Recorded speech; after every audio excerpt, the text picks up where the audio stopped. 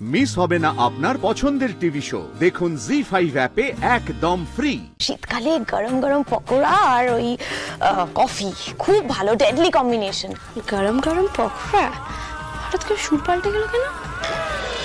আমি তো মরিয়া হয়ে তোকে পাওয়ার চেষ্টাই করছিলাম আদি। হ্যাঁ, তাই জন্য আপনি এইভাবে আমার ঘাড়ে দোষটা চাপিয়ে দিলেন, এভাবে মিথ্যা কথা বললেন। কেন বলবো না আনন্দি?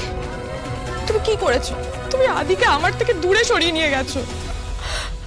যখন সবটা শেষ হয়ে যাওয়ার পরেও আমি একটু একটু একটু করে আদির সাথে মোমেন্টস বিল্ড করার চেষ্টা করছি, তুমি সেটাও নষ্ট করে দিয়েছো। আবার ডিনার প্ল্যান, সিনেমার প্ল্যান সব নষ্ট করেছো তুমি।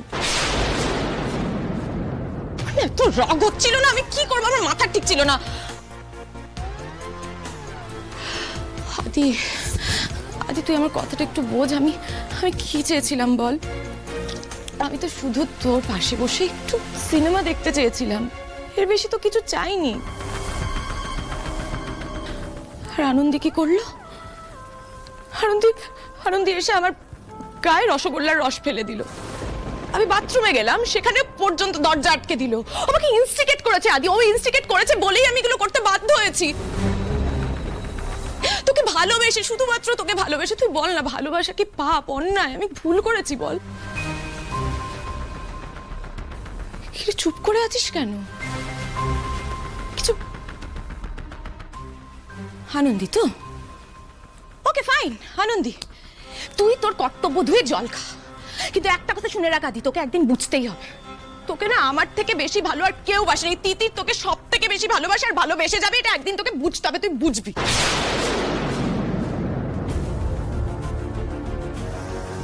বাপরে বাপ, একেবারে ভালোবাসার বন্যা বইয়ে দিয়ে গেল। রসগোল্লার রস ওর গায়ে আপনি ঢেলেছিলেন, বাথরুমের দরজাটা আপনি বাইরে থেকে বন্ধ করেছিলেন। আরে বাবা স্যার, ফুলটুসি তো একটার পর একটা হামলা করে গেল আমার উপরে, আমি সব কিচ্ছু করিনি। দিদির কি ব্যাপার বলো তো, তুমি এখন এখানে কেন ডাকলে? আরে এমনি তো ডাকে, নিশ্চয়ই কারণ আছে। ওই আনন্দিকে নিয়ে প্ল্যানটা কি হয়েছে আমাকে বলো সুপায়ন্ত, এক্ষুনি এক্সিকিউট করতে পার, কিন্তু সময় নেই। শোনো, তাড়াহুড়ো করলে হবে না। যা করার এর বাড়ির বাইরে করতে হবে, এ বাড়িতে থেকে কিছু করা যাবে না। আর প্ল্যানটাকে এমন ভাবে এক্সিকিউট করতে হবে যাতে সবাই বোঝে এটা একটা অ্যাক্সিডেন্ট। হোয়াট? কি করে হবে এটা? হবে সুপায়ন না অনেক ভেবে চিন্তে ছক কষে। একবার ফাঁদে পড়েছি বলে কি আমার সব গুটি কাঁচা? এই খেলার গুটি সাজানো হয়ে গিয়েছে, এবার শুধু দান ফেলার পালা। আনন্দি প্লিজ, কাউকে হিউমিলিয়েট করে তাকে কষ্ট দেওয়াটা বন্ধ করুন প্লিজ, রিকোয়েস্ট করছি আপনাকে।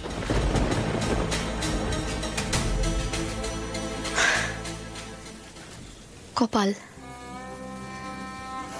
কারোর ভাগ্য দেখুন স্যার, ভালোবাসি কথাটা কত সহজে মুখের উপর বলে দেয়। আর আমাকে দেখুন, আমি তো চাইলেও আপনাকে বলতে পারবো না যে আমিও আপনাকে ভালোবেসে ফেলেছি। এই কথাটা, আমারও মনের এই ফিলিংসটা আমাকে আমার ভেতরেই রাখতে হবে।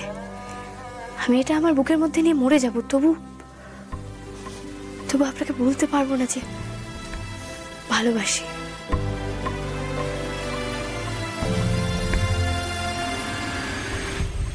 শুনুন শুনুন শুনুন, সবাই মন দিয়ে শুনুন।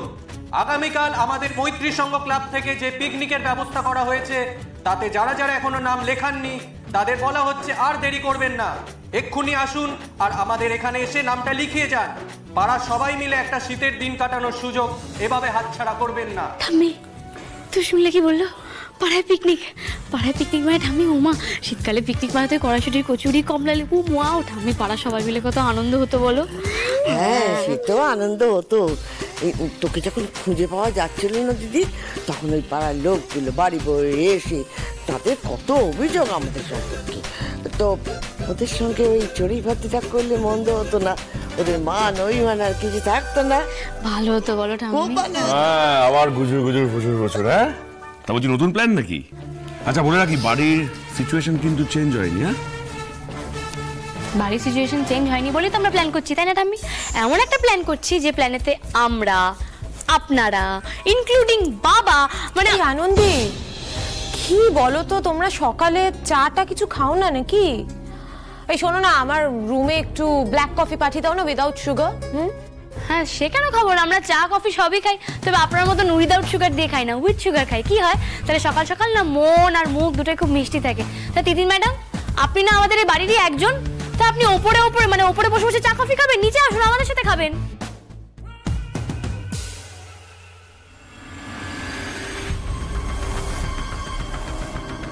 বলছি বেডটির আশা ছেড়ে নিচে যাও।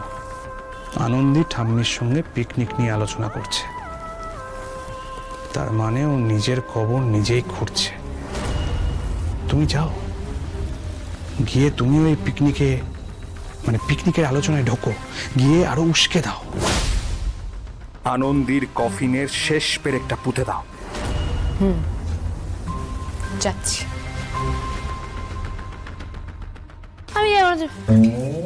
আরে স্যার, ভালোই হলো আপনি চলে এসেছেন, আসুন না। হ্যাঁ, কি যেন বলছিলেন? কোথায় যাবেন একসাথে সবাই মিলে? কি বলছিলেন আপনি, বলুন। বলছিলাম কি যে এই মাত্র শুনতে পেলাম যে পাড়াতে ওই মাইক নিয়ে বেরিয়ে বলছে যে একটা ওই ফিস্টে যাবে। ও স্যার, আমরাও ফিস্টে যাবো স্যার, প্লিজ। আর ঠিক কতবার বললে তুমি বুঝবে?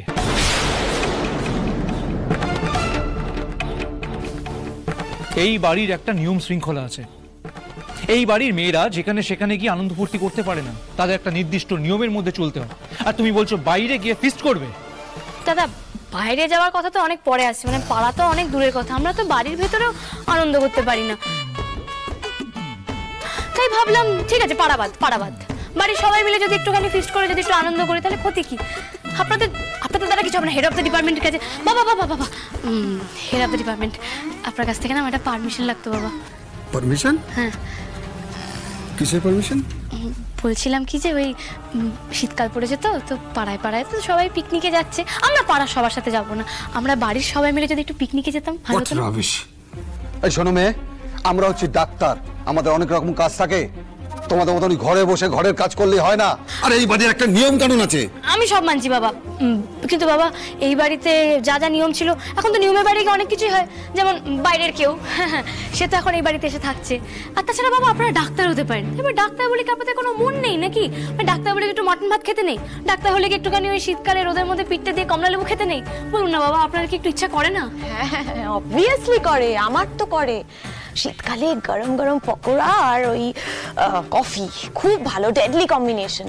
আর তার থেকেও বড় কথা, আমরা তো পিকনিকে যাব, খাওয়া দাওয়া হবে, মজা হবে, কি ভালোই না হবে। হ্যাঁ, খুব মজা হবে। বাবা, গরম গরম পকোড়া, হঠাৎ করে সুর পাল্টে গেল কেন? জি5 ডাউনলোড করুন আর সব এপিসোড দেখুন একদম ফ্রি।